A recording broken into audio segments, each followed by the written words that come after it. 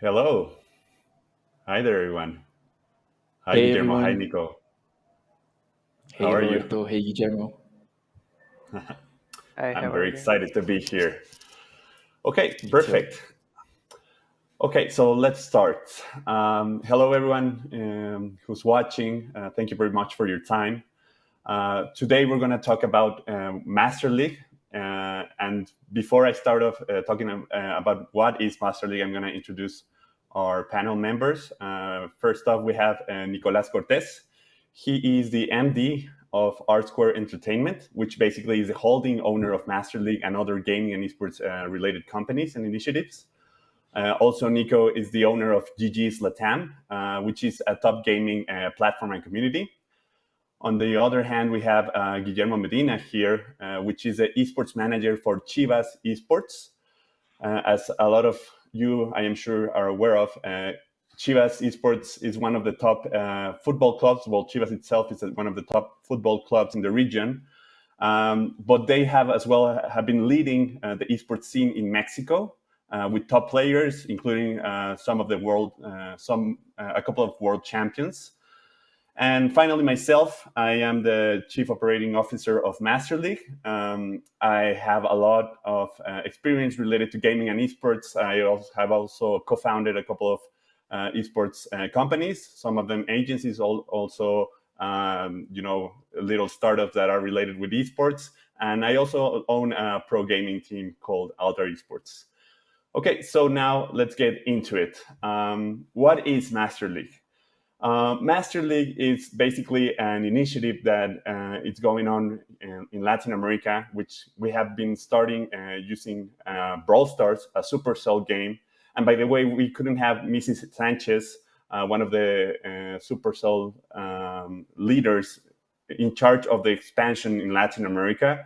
But basically, Master League, what goes around is that we're uniting 13 of the top football teams in the region, including teams like Club America, Chivas, Flamengo, Corinthians, Boca Juniors, River Plate, etc., to all come together into one big esports opportunity where we are also allowing people all around, like amateurs to from pro players to amateurs, to basically try themselves out on our tryouts that will start tomorrow, for them to represent their favorite teams. So it's something that we've never seen before here in the region.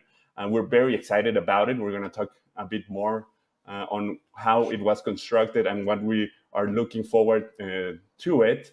But first off, I would like to understand, and luckily we have Guillermo here, the perception of esports initiatives such as this one for football teams, right? So first, Guillermo, I would like to ask you, what does Master League represent for a team like Chivas? Well, it represents a big opportunity. The aim of Chivas Esports is to get together the common or regular football fan into the esports and gaming community.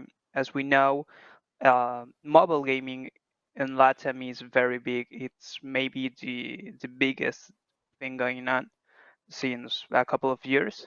And we ourselves, as Chivas, we were in the Clash Royale League back in 2020. And um, back then, uh, Clash Royale League was great for esports followers. But here at Master League, we see the opportunity to take our regular football fan, our regular supporter, or chivermano, as we call them, and make them become an esports enthusiast. Like you follow Chivas on football, but you can follow Chivas on Master League too, and you can even represent Chivas. Um, Football in Latin America is a big thing, and the fact for our Chivermanos to be able to represent our institution in such a great league against other big organizations all over Latin America is just the thing we were waiting for. Awesome. Yeah, totally agree with you. Okay, so now changing things a bit, and I have a question for you, Nico, related to the future of Master League. And first off, I would like to understand what have been the top or key learnings from Master League so far, and why do you think Master League is different from other competitions in the region? Yeah, so I think that, I mean, Master League has been a huge learning experience, right? And I think for the three of us involved here, Roberto, you and I joined Master League a couple months ago. And I might say that the league, Master League is the first sports to esports league to have basically compiled, 13 of the largest clubs to play Brawl Stars, a mobile game. That has never happened before. And it's also never happened with the support of the publisher, like the official publisher. So the challenge that we had, it's something unprecedented. It's the first time that this happens, and it's happening in a growing region like LATAM with so many challenges.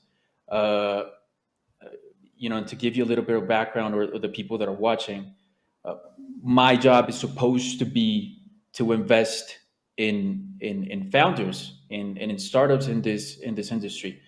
And after a year or so of sourcing founders and sourcing startups, we found out that there aren't enough, and it's insane because there's almost 300 million gamers in Latam. Most of those, by the way, play mobile. 90% of them. So there's this huge audience. Brands want to get in, publishers want to expand, because the growth in gaming comes from emerging markets now. North America and Europe are in decline. So these are markets that are essential for brands and publishers, and yet you don't see innovation. You see amazing startups in my country like Rappi. You don't see esports startups becoming unicorns. So what we found is there's a lack of innovative products, there's a lack of innovative startups, and there's this huge underserved market that nobody's taking. Master League, I think the key lesson is that it's the first, I don't know if startup, but say product to change that. It's the first product that's actually doing something new, that's going outside the box and saying, you can do these crazy things. You can put Boca in Flamengo, and you can make them play a mobile game, and put 100 grand in prizes and make it exciting. Um, we, as Rsquare, and as you know, Roberto, we weren't involved since the beginning of Master League. We were involved from an outside perspective. We were supporting the initiative and trying to make it happen from the sides. But after a couple months, we decided to acquire, and we're very proud of that acquisition. I took the role of an interim CEO in the league. There was a lot of restructuring to do. I've learned that these type of events, these type of products require an insane amount of detail, insane amount of attention, but they're worth it. We can't disclose yet, but in a couple months since we made this move or this decision, we've closed two huge media partners for it, which also changes the game in terms of viewership and awareness that we can bring to this thing. So to me, if I could narrow it down, I think Master League's kind of a pioneer in what it's doing. Pioneers tend to get arrows on their back and a lot of challenges and a lot of breakthroughs that they have to go through. But we're willing to do that. I certainly am. Roberto, as the COO, certainly has as well. And it's just about to start, right? The league starts at the end of September. So I think the market's going to be, pleasantly surprised with what we can show. Yes, totally. Yeah, and to be honest, these are very exciting times for us. There's a lot to come. Sadly, we cannot announce that many things, but I am sure that if you keep up with Master League, you will hear a lot of the next exciting things that we have around. Okay, perfect. Guillermo, now going back into the football perspective of things, what would you believe is the role of football clubs generally in the esports landscape for the following years, right? And also, if you would like to include this based on Chivas priorities, that would be great.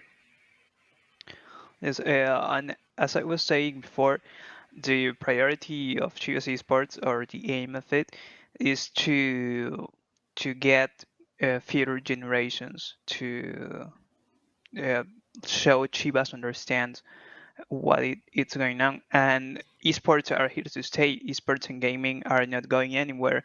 If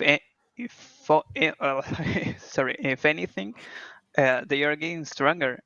And as Chivas, we see the importance to show our supporters that there is a place for them here, and maybe not maybe surely it will happen that esports becomes as strong as maybe even football in some years.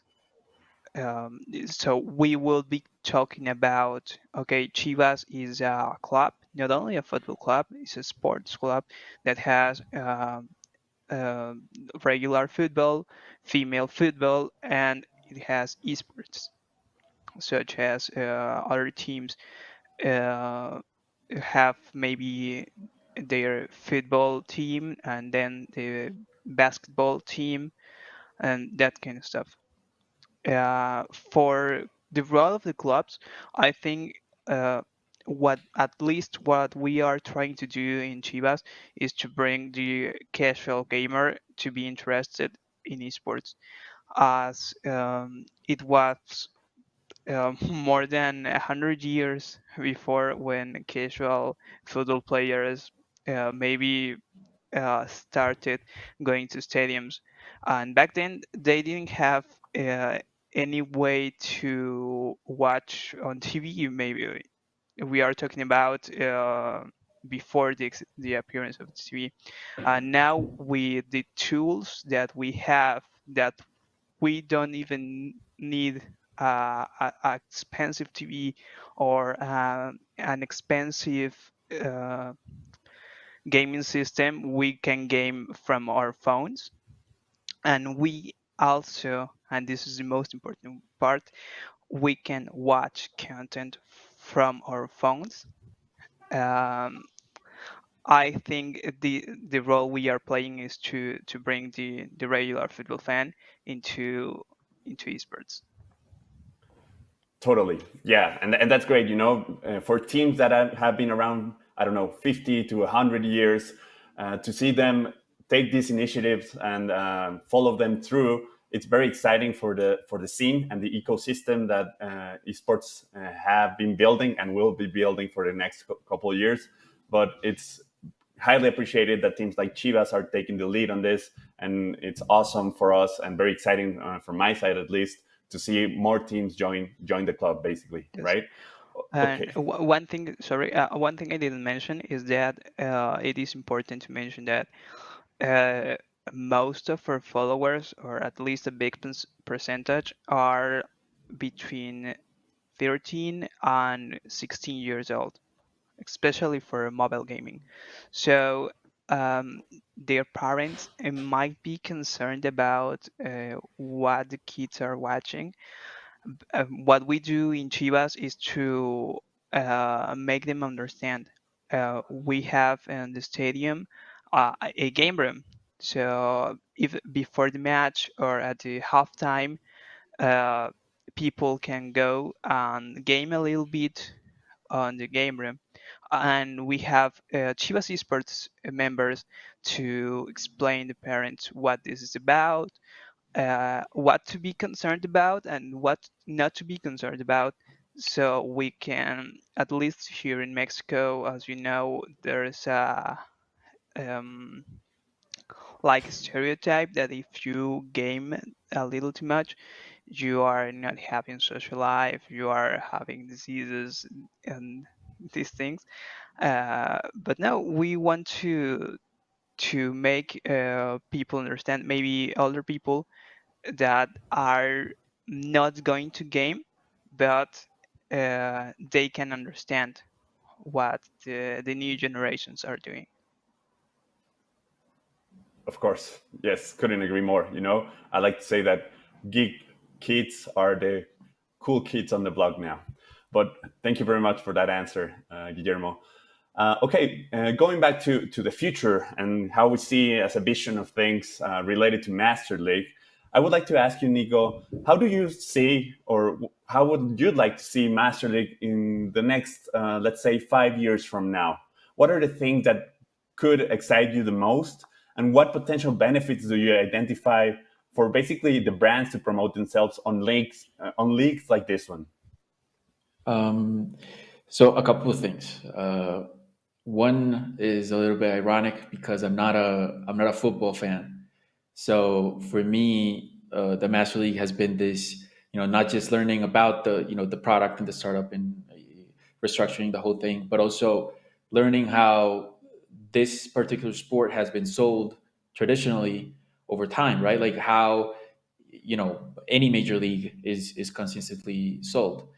And there's a couple of things that we want to do. I see the Master League, or rather, we see it as a franchise, a multi-year type franchise. We don't see it as just LATAM, and we also don't see it as just a soccer to esports league.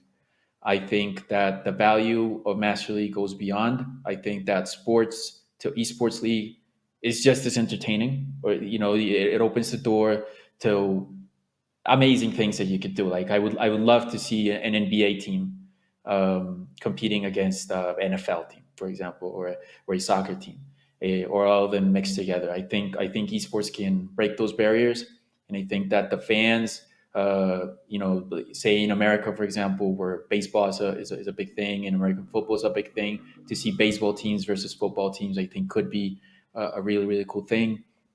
Um, and so for me, Master League within 5 years should be and has the potential to be a multi-year franchise in different regions that basically connects traditional sports with esports. As for the value and benefits to sponsors, this is something that we need to figure out with more time and more iterations. What I don't like, and I'm very transparent, and I like to do business that way and speak that way.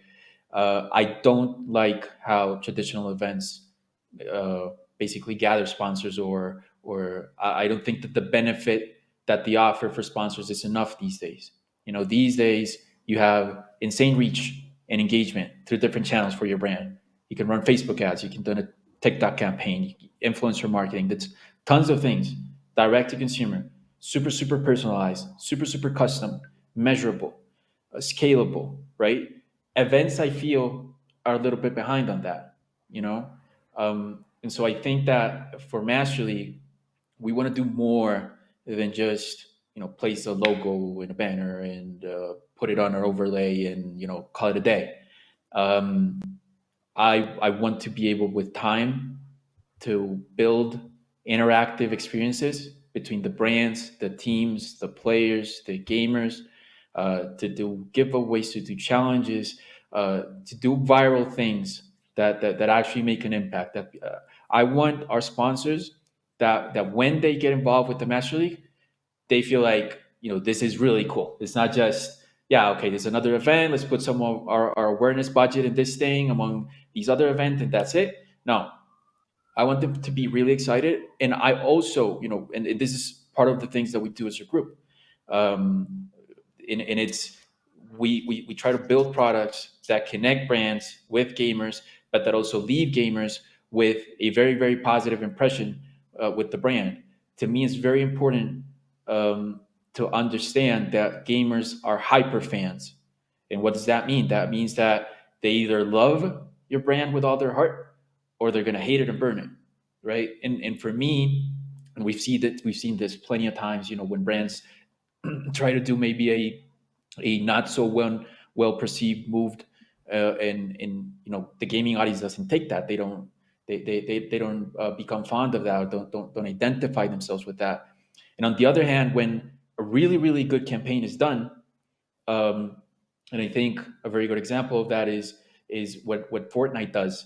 Building this metaverse thing and the Marvel collaborations and the Nike like everything they do is super super interactive.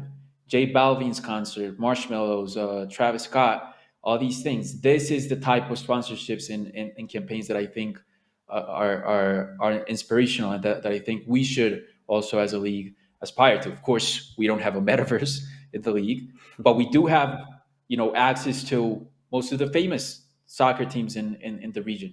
I think that's cool. I think if you get a brand to collaborate with the players, with the club, to maybe in the future do merch drops together, interactive experiences. This to me is I think at least from my perspective the coolest thing that the league can offer brands that want to get involved. Yeah. I am actually super excited about this, and I believe that innovating and getting outside of the box of general activations is where this is going to lead us in the following years.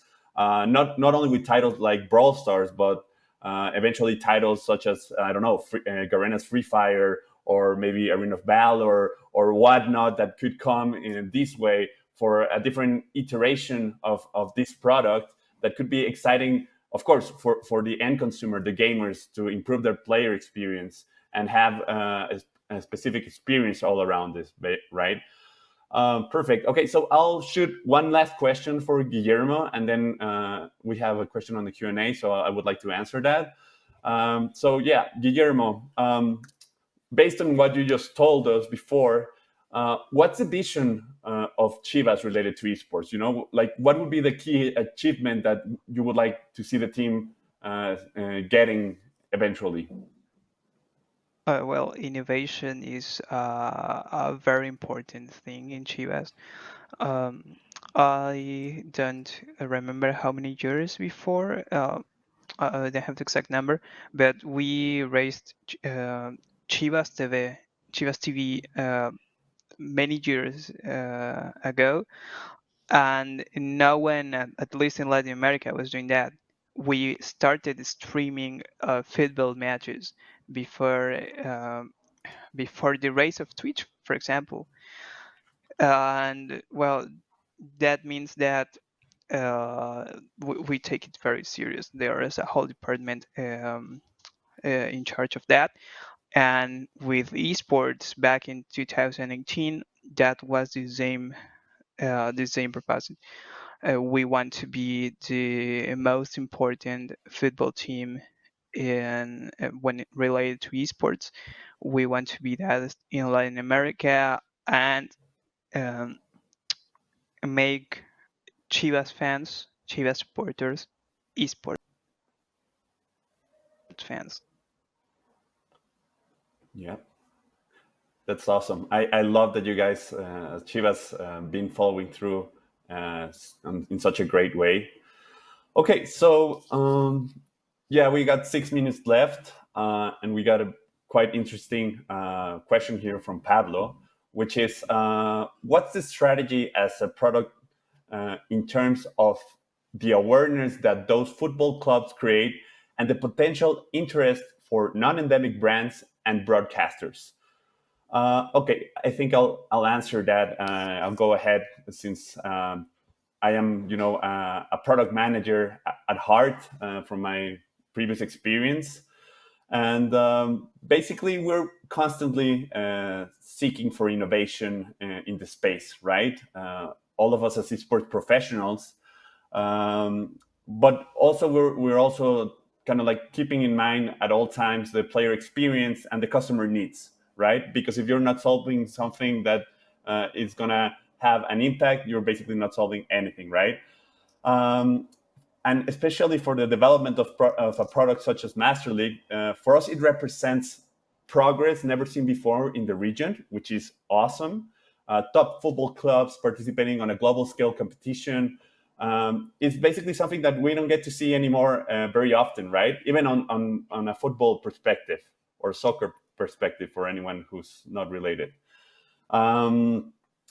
This basically has led to a lot of interest from brands, like non-endemic brands, also endemic brands, of course, and also from top media outlets, right?